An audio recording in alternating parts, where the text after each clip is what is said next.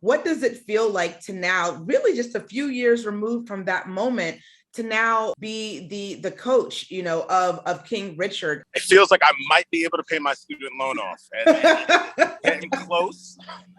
I'm over here blinded by all this beautifulness, and I'm like, oh my God, melanin goddess that's before me. On this episode of Another Act, I caught up with director Reinaldo Marcus Green, who actually joins us while he's on location. He directed, of course, King Richard, which is an intimate portrayal of the patriarch of two of the greatest athletes of all time, Venus and Serena. So, Reinaldo, walk me back to how this project came to you. Where were you in your career when this kind of gem of a project landed in your lap? There's so many different versions. I want to say I was in London doing Top Boy. And at some point, I remember it was like a real Hollywood moment. 4 different people who were not my agent slipped me the script on the same day. And I read it and was like, man, this is a really strong project. So I called my agent and was like, what's up? Like, how come? And at the time, the family wasn't involved. They had just written the script on spec. And so I just told my agent, look, when the family is involved, like when we know for sure they have signed off, because I wouldn't do it without their consent, like, let me know, because I'd love to be involved in that project. And then fast forward, I didn't hear anything for a couple of months, and I had gone off to make my sophomore film, Joe Bell. And it was literally on the day that I was flying to go make that film, I get a call from Tim White, the producer, was like, hey, are you still? I was like, no, this is not the day to be calling me. Like, look, of course I wanted to do that film, but I was waiting for the opportunity to at least pitch on that movie. And he said, look, we're shooting that movie. It's going to happen. Sorry. I'll let you know for the next film. I said, look, I know how this industry works. If things shift and dates shift, keep me posted. I absolutely want the opportunity. And sure enough, the date shifted, and I was in the final, week of shooting Joe Bell when I got the call saying, could I have a meeting with Warner Brothers? And at that point, I pitched for Warner Brothers. Shortly thereafter, I scored a meeting with Will, and the rest is history. I love all of that. And, you mentioned that you didn't want to do this unless the family was involved. When I first screened this, I watched it thinking, wow, this is such an intimate look, at the family's life. And the focus obviously is on Richard Williams, but so many people will walk away learning things that they've never known before about this family. How did you get to that level of intimacy? Were you sitting down with the sisters and the family to really kind of flesh out some of those really kind of beautiful moments that we see in the film? Yeah. So look, testament to Zach Balin, who wrote the script, and he really chose a perfect window into the girls' lives, I thought, into Richard's life, to the family's life. And what was so interesting about that window was exactly what you said, which is it showed me things that I didn't know about that family. And so the script was already great. And then part of my job was working with Zach to make it greater, make it deeper. And so in that initial sort of process, once I came on, I wanted to meet everybody that I possibly could. And that included one of the sisters who's represented in the film, is a producer on the project. She was there every day on set. So I had someone that was, a conduit for the family, someone that I was able to ask daily questions on. Where did they live? How did they do this? How did, just kind of give us her version of the story. Look, every sister's interpretation is very different. And that's great, right? It's their perspective of what it was like. I wasn't sitting there. You were sitting there. It was like that kind of stuff. But for the most part, consistent. And the most things that were consistent was how those girls were given love, the time and commitment that both parents gave to them. And the most revelatory, I would say, things that came to fruition in terms of the script was really sitting down with Oracene Price and sitting down with Venus and Serena. And those were separate meetings. In Oracene's meeting, she was like, look, just don't make me a chump. Like I was, I was involved in, I was a coach. She talked about her role versus Richard's role and the role that they played together, and knowingly, like, this is the space that they shared, her faith. And it was just amazing to kind of see her representation. And, look, they're divorced. Obviously, their relationship, things didn't work out, but it was very amicable in the way she spoke about Richard.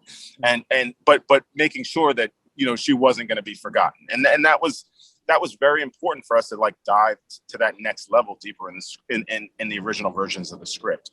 All of those things that you see represented came as part of those conversations, those early conversations. Venus, she said, one of the first things I remember her saying to Zach and I was, look, Serena is the kind of sister that would skip a match to see me practice. And I was like, wow, man, like that's deep. And like I have that experience with my brother. I have a brother that's a filmmaker, Reinaldo Green, and like it's an unbreakable bond.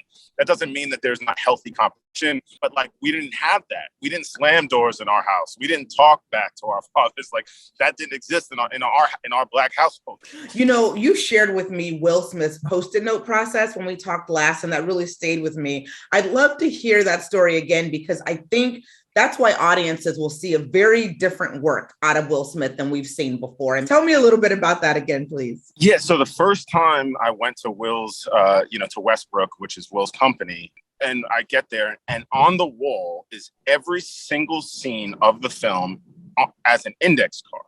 And they were color coded. So, you had white, and then you had green, and you had orange, and they all meant different things. And of course, I was just curious, I'm just looking at it before Will shows up. And each one had like an emotional beat attached to it. Like, what was his sort of emotional beat that he was trying to hone in? And the ones that were, I was like, what are these like 3 pink cards? But he was like, those are the beats in the script that were still a little fuzzy for him emotionally. And so to see his entire process laid out, like this is the arc. These are the things that are still unclear. These are the things that are clear for me. Like, I totally get this and I don't. And then it was a great starting place for us.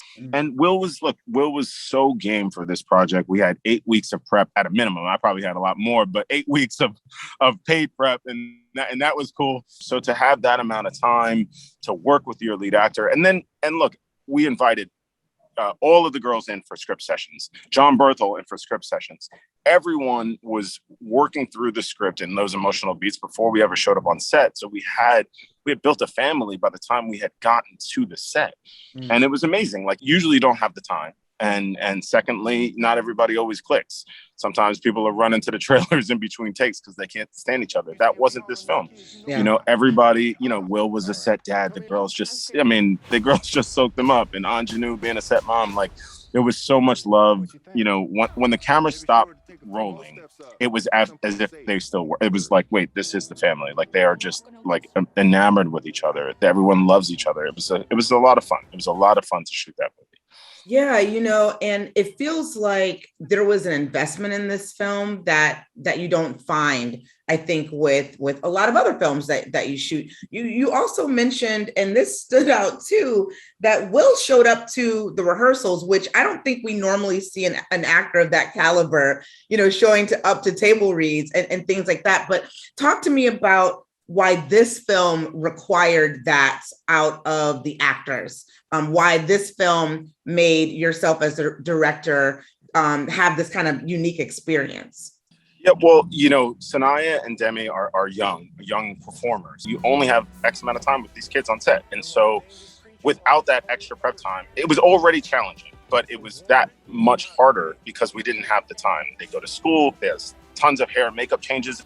And so we're constantly fighting the daylight, and we're constantly fighting the challenge of working with young performers in terms of their actual time on set. And so there was the occasional Saturday where I had to call Will and say, look, and it wasn't like a fight. It was just like, cool. Like, he was just like, whatever you need, I'm here. Beyond being a performer, Will was also a producer on the film. And I think he gave more than 100%. He gave 110% to this film. Will gave a lot to people and to make them feel very, very comfortable. Yeah. Well, look, his performance is great in the film, but let's also not forget about the director of King Richard too. We know you had such a really big moment a couple of years ago at Sundance. It was kind of like your coronation, I think, in Hollywood. In a lot of ways, people were like, oh my God, this is the next. What does it feel like to now, really just a few years removed from that moment, to now, be the coach, of King Richard? It feels like I might be able to pay my student loan off and getting close.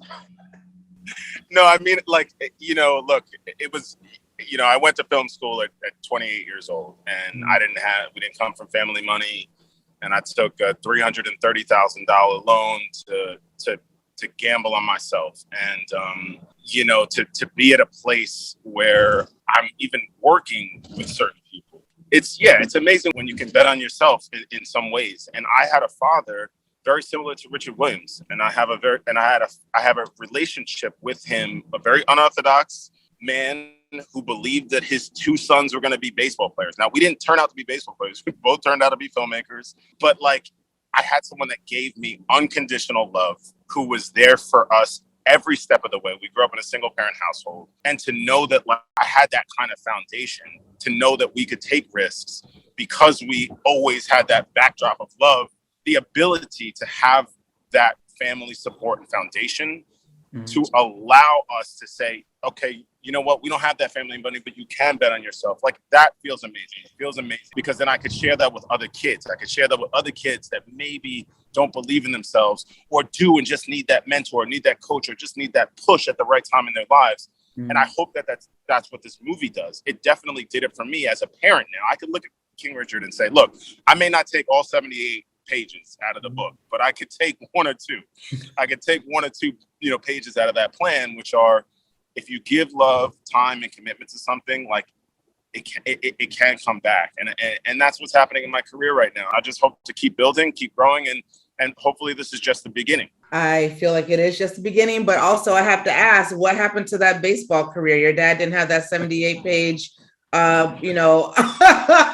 leaflet that he was working you and your brother through. What happened there? We just weren't good enough. I mean, at the end of the day, you still need the skills, and Venus and Serena are some pretty talented and skilled players, and there comes a point where rubber meets the road, and talent has to meet the commitment, and talent has to meet the hard work. And I think the one thing for us, we come from two educated parents. My dad was an attorney and my mom was a teacher. And so we were able to transfer those skills, hopefully, in a different way. And that's what I thought was so beautiful about Richard, right? All 5 girls, it was about education. It was about being well-rounded. It's the reason why their legacy will be far greater than them being the 2 of the greatest athletes of all time. It'll be about being great humans, great citizens. The legacy, they haven't burnt out. There's a reason why they're just getting started. If you ask Venus and Serena, they're like, my life is now. We have so much more to accomplish in their lives. That was just a chapter. And they think about themselves in that way. And it was because of that foundation, right? We are going to be well-rounded. So when that stops or that chapter closes, another one has started. And look, 2 of those girls went to Ivy League schools. I mean, this family was rich beyond any amount of money that you can give them. They were rich in love. They were rich in how they treated themselves and how they thought about their skin and how they lived within that skin with that empowerment. To walk with that level of power is just like, man, if that doesn't inspire you, I don't know what will. I love that. And look, you didn't become a professional baseball player, but you directed probably one of the greatest sports films, certainly of this year, but I think arguably it enters nicely into a canon of sports films that we've enjoyed over the years. So thank you so much for that. And thank you so much, Reinaldo Marcus Green, for doing this show today. I really appreciate that. Thank you so much for having me. It's a true honor, and I hope to do it again. And I really, really appreciate it.